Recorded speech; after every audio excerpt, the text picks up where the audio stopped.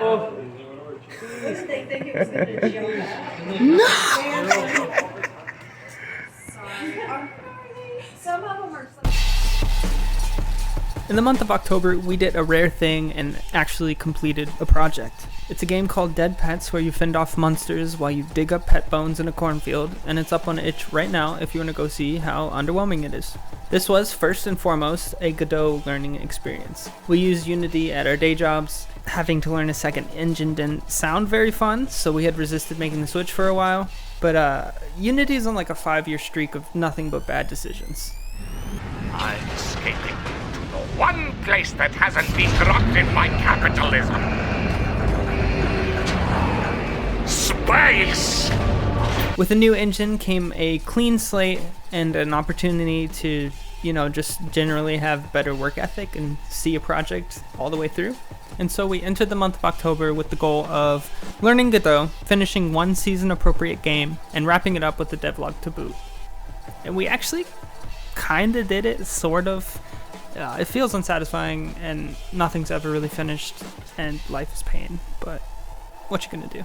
So I had already downloaded Godot in late September and was trying extremely hard to come up with some absolutely miniature, microscopic, tiniest scope possible ideas that we could tackle to learn the engine when a pretty clear vision came to me. I had recently been flipping through a really sick video game maps book that my coworker had given me. See his homebrew NES stuff here, it's cool. When I came across the original Shadowgate for the NES, I pictured this game's vibe, like this grid movement that I think is in the game, I don't even know, but in like a bare bones, old school FPS set in a cornfield. You would collect the bones of previously buried pets, turn aliens into goo, and offer the bones as sacrifice for some reason.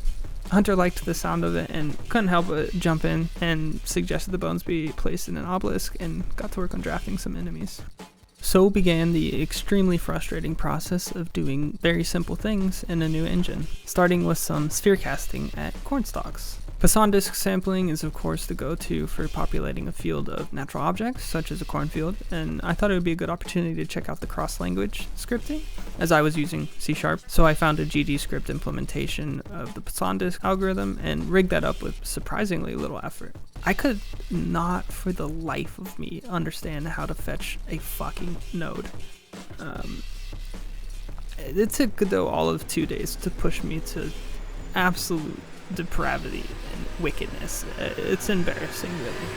Anyway, I got some lazy billboarding working, and the cornstalks are now always facing the player, who can now move on 10-meter intervals along a rectangular grid.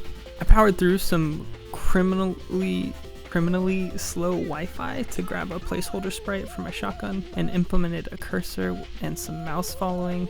It doesn't look good, but it's actually like exactly the behavior, look, and vibe that I imagined. The next day, Hunter shared a few iterations on a shotgun sprite, which established the style and method he would use to do the rest of the game, which was simple color palettes with dodging and burning. I liked it a lot, and it felt so crispy and crunchy. The gun was now kind of a thing, so I wasted some time on GPU particles that did nothing but crash the game for some reason. So then I wasted more time on CPU particles that looked really bad. This was one of the few times that I actually found myself missing Unity. Hunter shared the first enemy sprite, which looked fucking sick. I added some ammo pickups and a text label that display how much ammo you have. Gang. More art. Wait, what the fuck?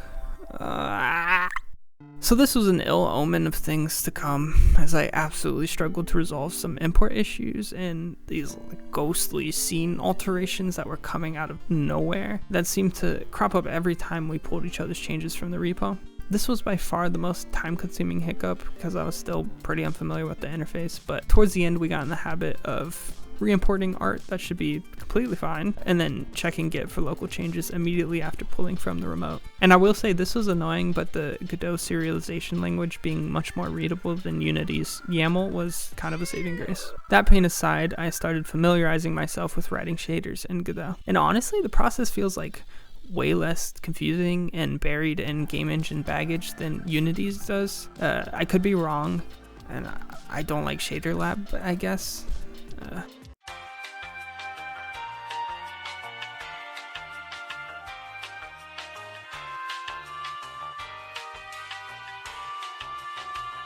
Our family cat, Sally, died in real life at this point. Makes the game feel pretty fucked up. Up to this point, I had placed every single item directly in the root of the project. I tidied that up before the International Criminal Court could come get me. Hunter had begun work on an obelisk for the bones to be slotted into, and we were brainstorming how that shader might work. I sent him some absolutely insane scrawlings, and I don't think they helped or affected him whatsoever, but he figured it out, and it was looking real good. The obelisk looks fucking sick. I added some noise and interpolation to the crosshair. I wanted it to feel loosey-goosey and like honestly kind of bad, like gun shooters do. Holy shit. Paintball hits home. Mission paintball. Whether you take aim or take cover, your marker is set to splat. Move through paintball pack levels to uncover more characters and gear. It's time to take on your TV in paintball.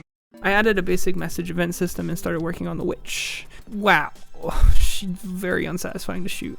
Iterating on that, now she can hit you, and there's a screen overlay that flashes whites and reds to emphasize certain events. And finally, for some reason, I added this funny little death animation that never gets fixed because I am lazy. Still in the project. You can see the big boys now have a different behavior than the witch, and they kind of stomp at you. Added a grab icon for when you're pointing at interactables, some screen shake for shooting and the big boy steps, etc. And then the biggest gameplay change was 45-degree turns instead of 90-degree. It's not like what I wanted originally, but it felt kind of necessary for the game to be enjoyable. I added some hearts from an old project to indicate how many lives the player has. The way I handled enemy interaction is essentially you lock on when an enemy comes in range to attack you. Additional enemies that come into range will wait in a queue for you to dispatch one at a time. It's pretty straightforward, made it simple for the player and for the implementation on my part. I added logic for the digging of graves and placing of bones into the obelisk. Programmatically added a fence boundary. BB code is kind of cool and lets me do some shaky text, but also I fuck it up a lot and get stuff like this.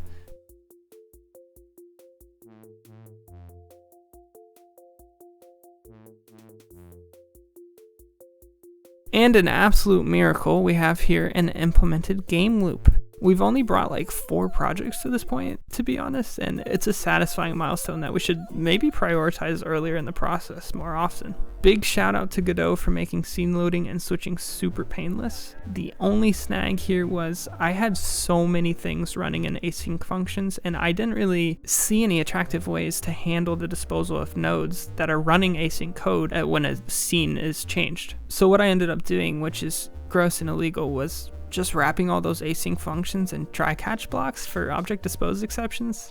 It's certainly not a hack that would make me any friends in a work environment, but for a personal project, I can be as stupid and shitty as I want. We still needed something to indicate to the player what their goal is. To keep UI light and further some immersion and creepiness, and to even build a little bit of backstory, I thought a good solution was for the player to be able to hold up a stack of papers with kids' drawings of each pet. So for this mechanic, I actually reached out to my sister to get genuine drawings from her youngest kids. Hunter cleaned up the art, and I'm really happy with how it turned out. Added a compass as a band-aid over the real issue of our level being a bit empty and confusing to navigate. We later added rocks here and there to give some points of reference, but it really didn't help, and we were too lazy to truly tackle this in the end. Here's a broken wind sequence. Here's a not broken wind sequence. I spent a little time customizing what message you get depending on how long it took you to beat for, absolutely no reason. Pet cemetery. Implemented our scarecrow pumpkin friend. He shares a shader with the cornfield and blends in really well, so he only jumps out on the player if they come within range of him, and yeah, I spooked myself a few times with that guy. Hunter suggested a few crosshair fixes, putting it under the other UI and making it red over enemies, so I implemented that. Again, at Hunter's recommendation, we got rid of the silly enemy death animations and made them just straight up disappear. Does look a lot better, especially with the particles. Hunter went super hard on the main menu and it looks sweet now. My wife says she can't read the instructions, but I'm pretty sure it's just because she isn't a real gamer. Did a bit of refactoring for the enemy behaviors and implemented a difficulty leveling thing. So when you pick up bones, the number of bones picked up so far is broadcast, and each enemy watches out for that broadcast and will adjust based on the player's progress, aka how many bones they have. Hunter added a few frames for shotgun firing animation, which really helps. And after Hunter nagging me a bit, I also adjusted the firing / reloading to make sense with a double barrel shotgun. So now it's 2 shots, click a 3rd time to reload. And it kind of feels good. I went into a fugue state and started dropping in sound effects for everything, just like almost at random. Oh, you got it. You got it. Here we have a temporary and awesome Half-Life shotgun sound because I think it's funny. Hunter did new sprites for the hearts, and he animated them, and they beat progressively faster as you lose lives. It's pretty sweet. We then found ourselves at my sister's house and had an opportunity to play test a bit. Our nephew is a bit of a gamer and seemed to actually get the hang of it quickly and even maybe enjoy it a little bit.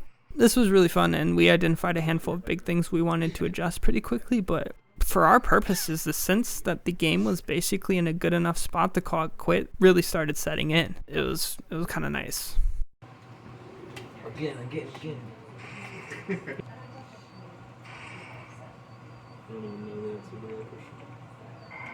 It's army toolboxes or something like that. Ammo cans, not. I had a thought, but then I was like, the farm thing, yeah. You couldn't get the little guy? The little golem?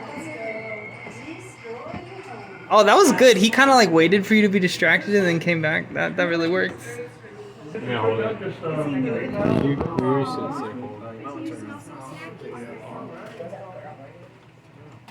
You said what, honey?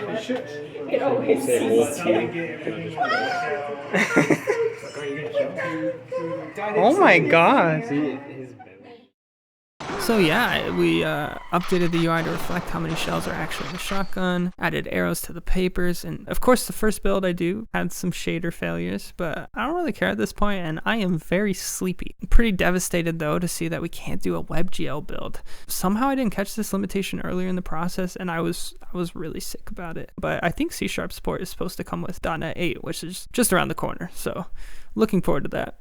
Yeah, so sent the build off to some friends to give it a go. Wrote this script before I got feedback, so yeah. The song that I made in 20 seconds. Yeah, it's pretty good. It is quite loud if it's at full volume. Can you read that font? Yes. Oh. Press 5 to look down, is that... It is so an S.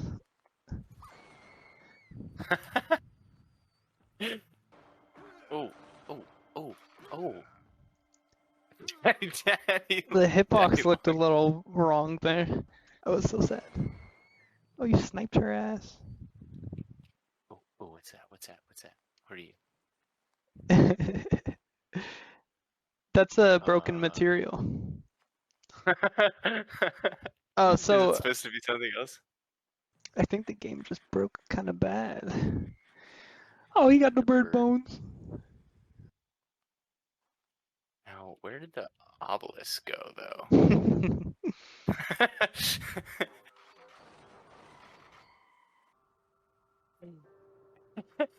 Instant crits. Okay. Well, I appreciate you playing it. And you don't mind Yeah, if I of course. use a clip from this, and if I make a No. devlog that only you will watch, so it doesn't matter that much? Yeah, go for it. Okay. Yeah, I don't mind at all. I appreciate it. Old man Ding? Ow!